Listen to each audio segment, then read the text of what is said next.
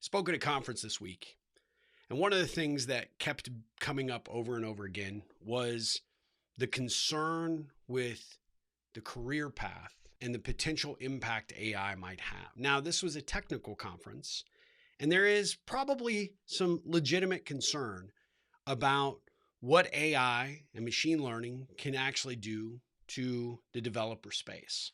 But one of the things that I found really interesting is as I got engaged in several different conversations, how many of these people had not felt comfortable or confident enough to go have the conversation with their senior leadership at their organizations to really understand how AI might apply to their particular company or their industry, and to have these dialogues and conversations so that some of these fears could be out in the open, so that potential ideas and strategies could start to be formed. There's this lack of connection within these organizations that was really obvious to me. And they're playing out in the fears of these individuals who are running scared in a lot of ways. And I don't know if it's that the organizations, don't already know their people are nervous. I'm sure they do. I also know that, these employees don't want to rock the boat. But at the end of the day, if everybody sort of stays on their side of the field and nobody comes to the middle to connect, to have conversations, there's going to be all of this uncertainty from a developer's perspective, or any employee for that matter, coming into the organization, looking at what their future might be. What does my next year, 2 years, 5 years look like? What do I need to do to evolve or develop or grow so that I continue to add value and benefit to the organization? And if AI is going to transcend, into the day-to-day operations, where can I be a valued resource? How can I play a part in that? How can I help inform strategy or create ideas or be a part of the innovative, creative culture that sort of says, okay, here it's coming. So what do we do? Because there are going to be, no matter what it is, jobs that are created that need people in order to make any AI integration possible, right? So what in these conversations, what I would often suggest is you gotta sit down and you gotta raise your hand first. If it's not happening, leadership's not talking about it, but the buzz is it's coming. Perhaps leadership is just clueless. They don't know that there's concern and worry. I suspect they do, but hey, maybe not. I think that nobody is stepping out and taking the lead to say, hey, what are we going to do? How are we going to get engaged? How do we stay involved? And what do we need to do as an organization, or me as an individual, to be a value-added resource to you leadership, management, boss? What do I need to do in order to be a critical component going forward, to be that resource?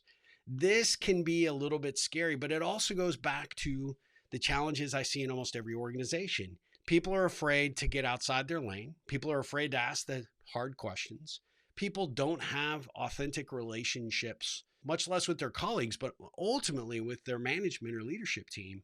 And that's a mistake, because really at the end of the day, if as a leader, I decide I'm moving down this direction and I have to cut headcount, I, of course, am looking at the people that have stepped up, the people that have really distinguished themselves, have been a resource and a valued partner in what we're doing and where we're going, rather than the wallflowers who are kind of sitting off to the side that aren't engaged or aren't, actively trying to, let their voices be heard. Now, I know some of you might say, well, that's super easy, for you to say. But in reality, it's super scary, because what if management doesn't want to engage? What if they feel like, I'm being a little bit too inquisitive, what if they think I should not stay or should stay in my lane and not be concerned about the strategy or where they're going or the company? Leave that to the leadership. Well, then you really have to ask yourself, if that's the kind of culture that you're working in today, is that really the kind of culture you want to work in tomorrow or 5 years from now? Really won't matter at the end of the day, right? What happens, because they're going to do it anyway. So I believe that it's always better to get out ahead of the train. I believe it's always better to set yourself apart and show that you're willing to adapt and to learn and be committed to, embracing what's coming and what's next, and ask for a seat at the table.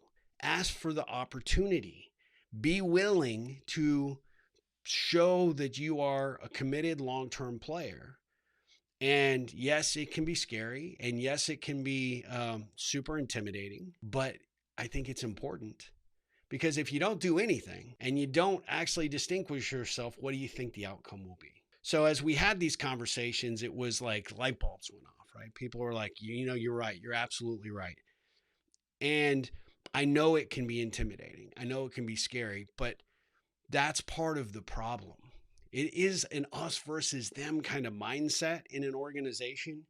Us is the workers, them is the leadership, the ivory tower, the executive suite, the C-suite. It looks, and feels intimidating to think about, stepping outside of your box and raising your hand and saying, I've got some questions. I'd like to have a conversation. I'd like to learn more. I'd like to see where your thoughts are about strategy relative to AI and where it's going, what it's doing, how that's going to impact us as an organization. What can we be doing collectively to get behind whatever the strategy might be? It can be scary, no doubt. But I promise you one thing. Those that step outside of their comfort zone to engage in these conversations, that are willing to, have a little courage and show a little gumption, are going to be the ones that distinguish themselves into what's coming next. And whether it's AI or something we haven't even talked about yet, people that are in positions of leadership that are trying to figure out who's going to be on that bus in the future are paying attention and watching.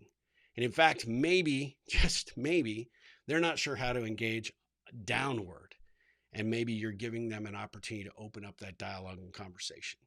So think about that. I hope it's helpful. I hope as you look at your particular situation, if you really struggle, reach out to me. Let's strategize about what it would take for you to have that conversation, or to spin up a game plan for helping put these things on the table. Because just ignoring it or worrying about it but not talking about it isn't going to solve anybody's problem. And it's certainly not going to create any kind of positive forward momentum for anybody. So why not create the ripple now? Just some advice, some guidance, some thoughts based on this amazing conference I went to. I want to thank the AIM Institute for inviting me. The Heartland Developers Conference was just amazing. Really, really had a great time talking to a lot of people from a lot of different industries. And it was just an incredible experience. And so I hope some of these lessons that I've learned and some of these things that, spurned ideas in my mind, will bring more videos out to talk about it. But man, AI is coming, guys. So start talking about it. Start having conversations with your leadership. Engage them. Set yourself apart and create those positive ripples. Until next time, my friends, go out there, make a difference in the world, make a difference in someone's life. And you will always make a difference in your own life. Ripple on.